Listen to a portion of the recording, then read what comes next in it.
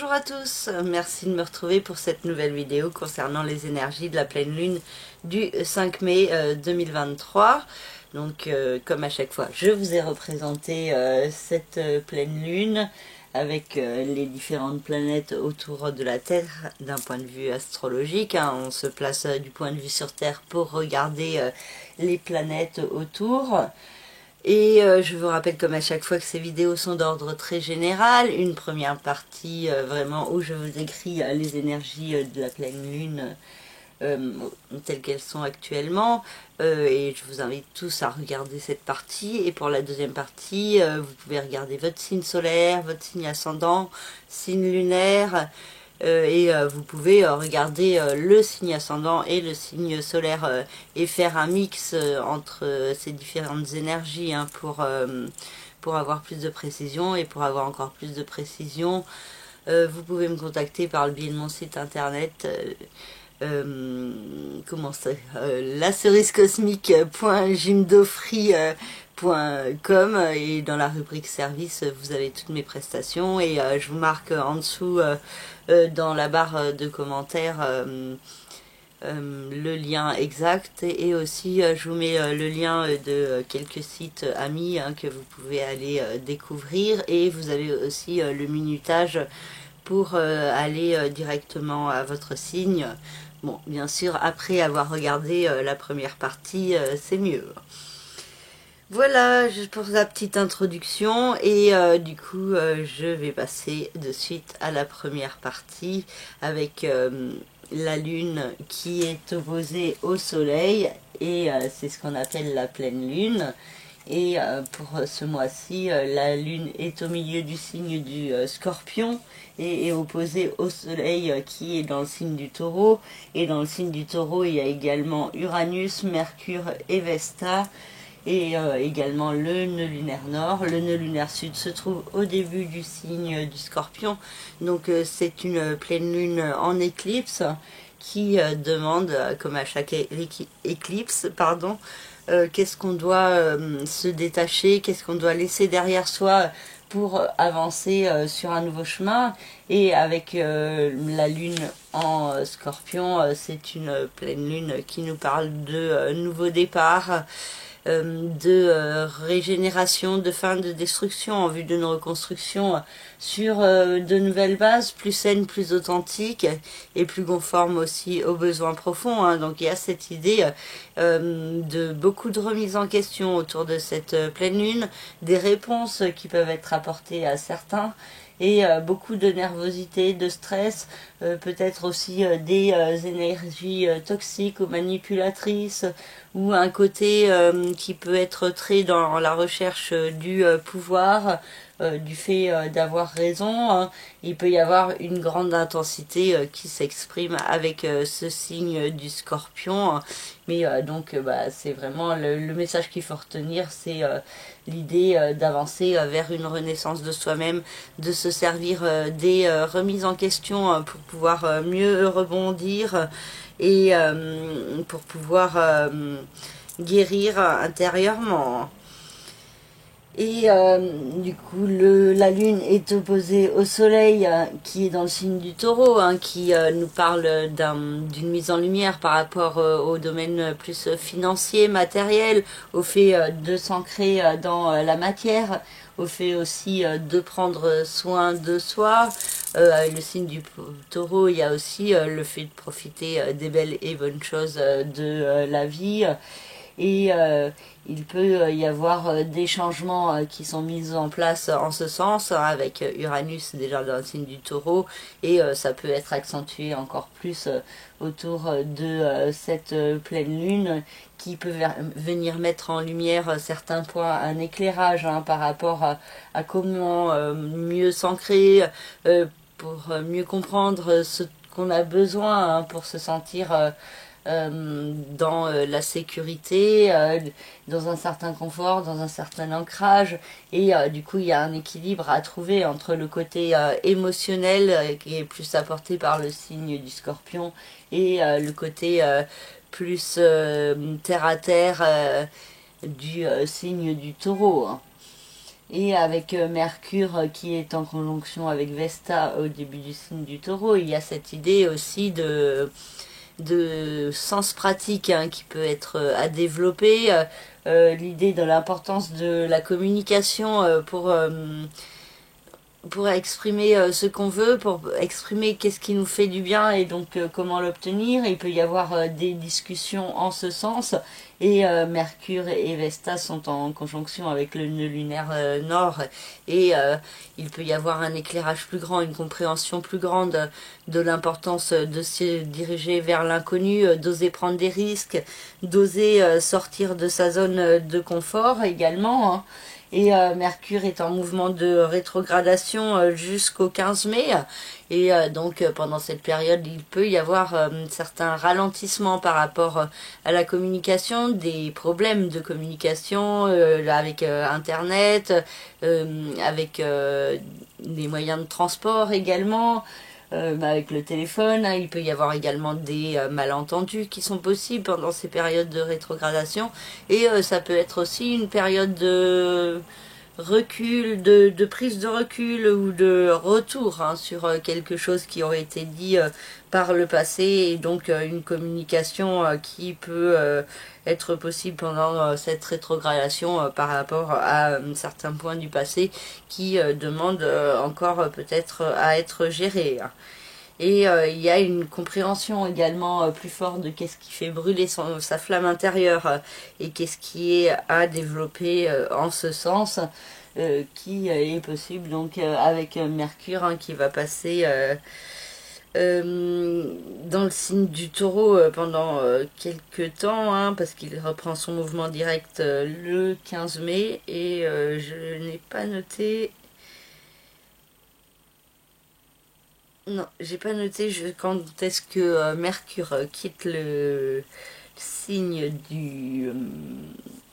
du Taureau, mais bon, à mon avis, il reste pendant tout le mois de mai, hein, et donc il y a vraiment cette idée de communication aussi autour de l'art, de l'artistique, la notion de partage, de co-création qui peut être assez forte autour de cette pleine lune.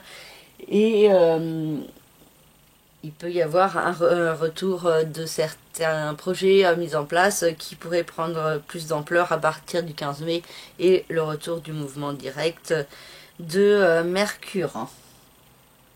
Donc vraiment cette importance d'oser prendre des risques, d'oser sortir de sa zone de confort, d'oser dire ce qu'on n'aurait pas osé dire avant, hein, donc oser s'exprimer tel qu'on est vraiment. Hein.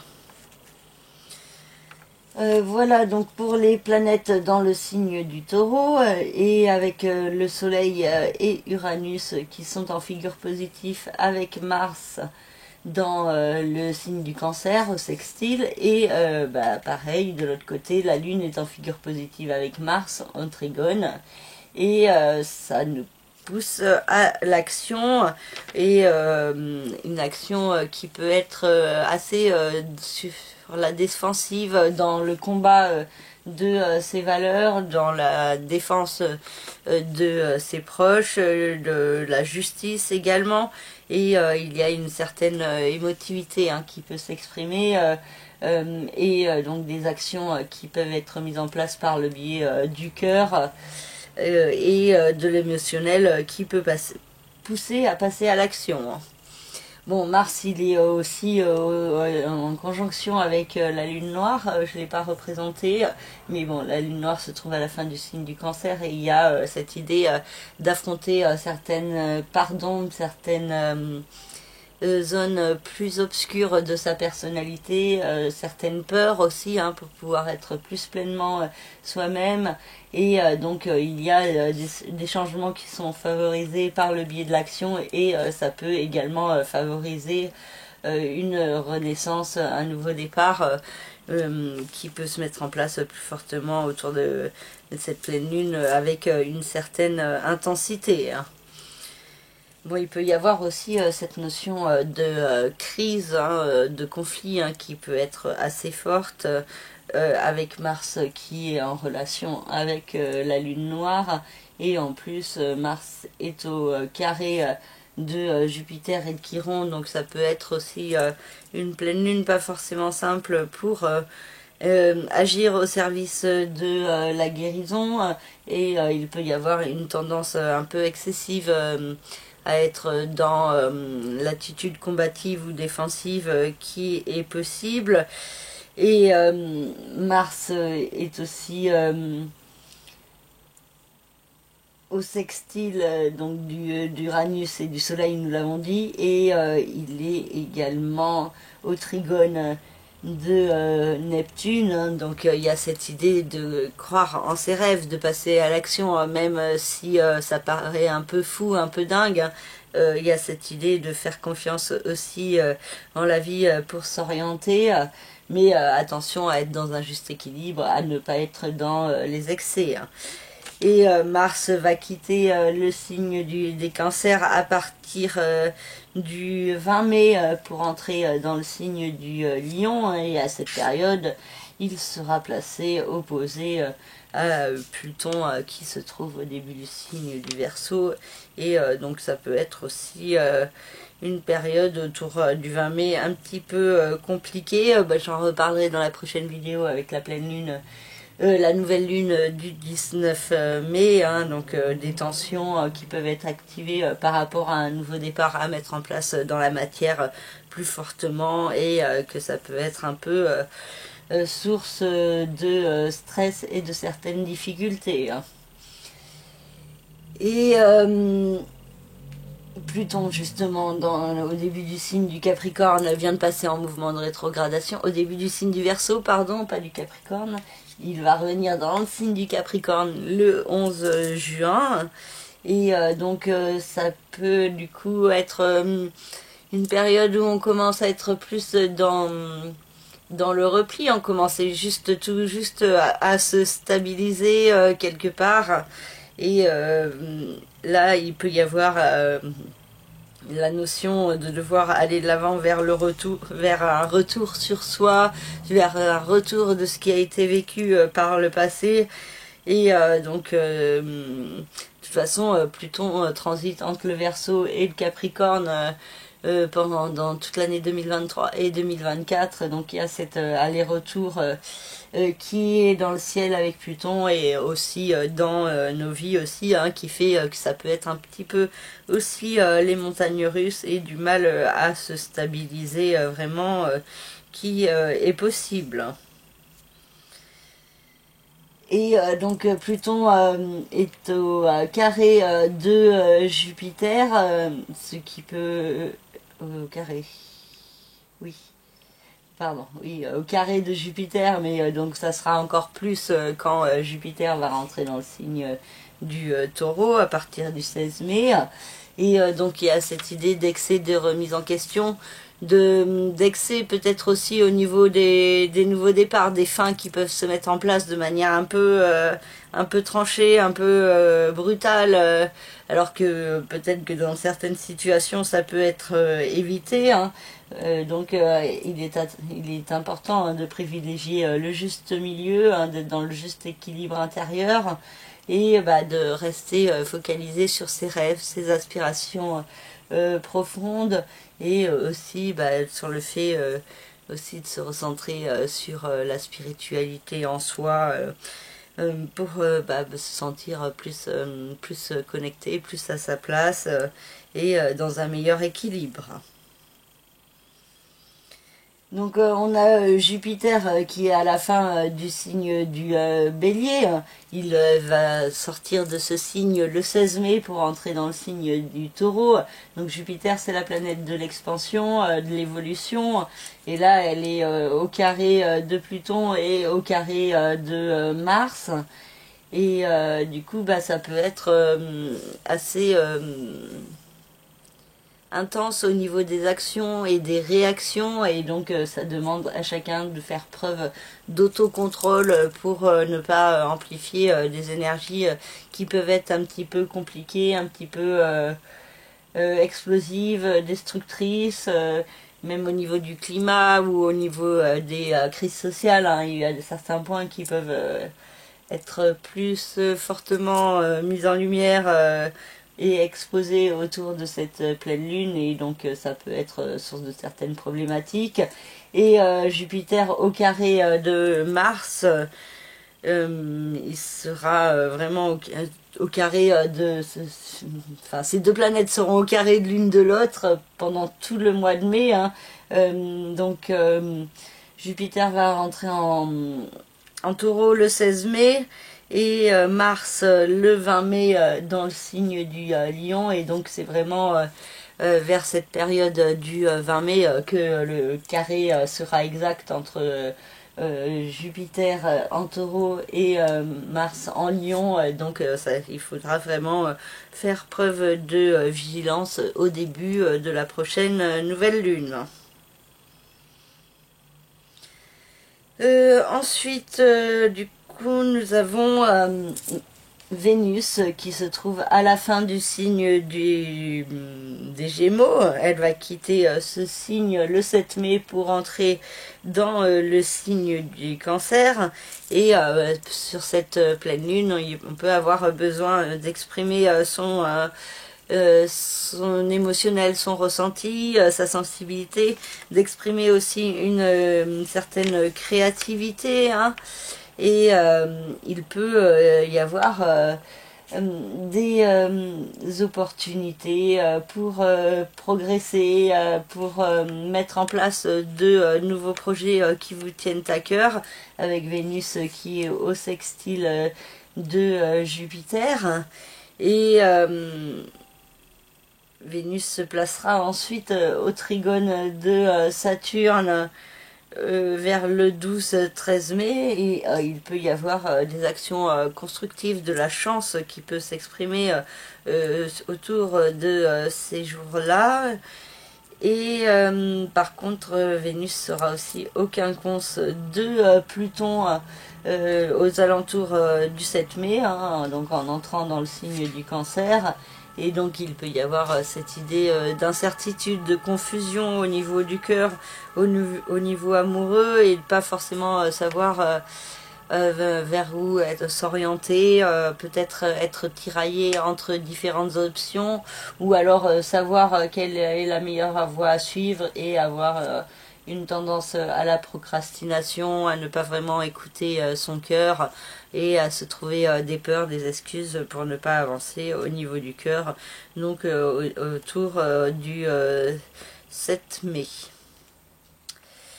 Et ensuite, nous avons Saturne et Neptune qui sont dans le signe des Poissons.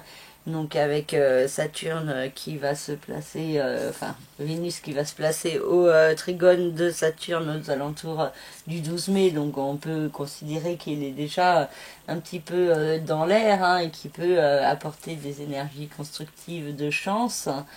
Et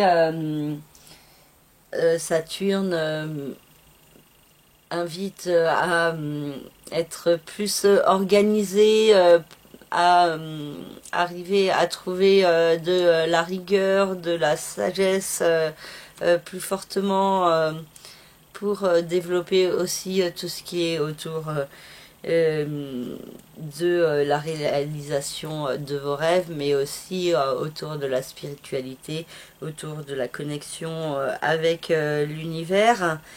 Et Saturne est aussi au sextile de Mercure et de Vesta et d'une lunaire.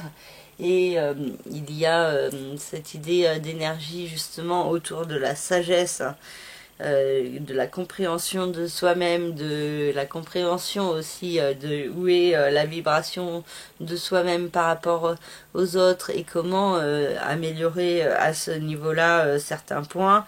Et donc il y a des démarches positives, hein, aussi pour trouver l'équilibre entre le passé et le présent, et pour pouvoir être au maximum dans une avancée vers plus de construction et plus de structuration. Et donc la prochaine nouvelle lune aura lieu le 19 mai à la fin du signe du Taureau, hein, donc il y aura toujours des énergies autour de l'ancrage, autour du partage, de la création, autour du fait de profiter des belles et bonnes choses de la vie, autour aussi du confort et de la sécurité matérielle qu'on a besoin, autour de l'alimentation, du soin à la personne, à soi-même ou aux autres à sa portée. Et donc il peut y avoir des énergies plus fortes en ce sens et des énergies assez explosives encore dans cette atmosphère tendue entre Jupiter et Mars. Et la prochaine pleine lune aura lieu le 4 juin avec la lune qui sera dans le signe du Sagittaire et le soleil qui sera passé dans le signe des Gémeaux. Donc juste pour cette pleine lune actuelle, c'est la notion de renaissance, de régénération, de nouveau départ qui doit être à favoriser. Et faites-le au maximum dans l'harmonie, dans l'amour pour vous-même, pour les autres, pour la société et l'humanité. Et même et la planète et l'univers. Voilà pour cette première partie et je vais maintenant passer à la deuxième partie signe par signe.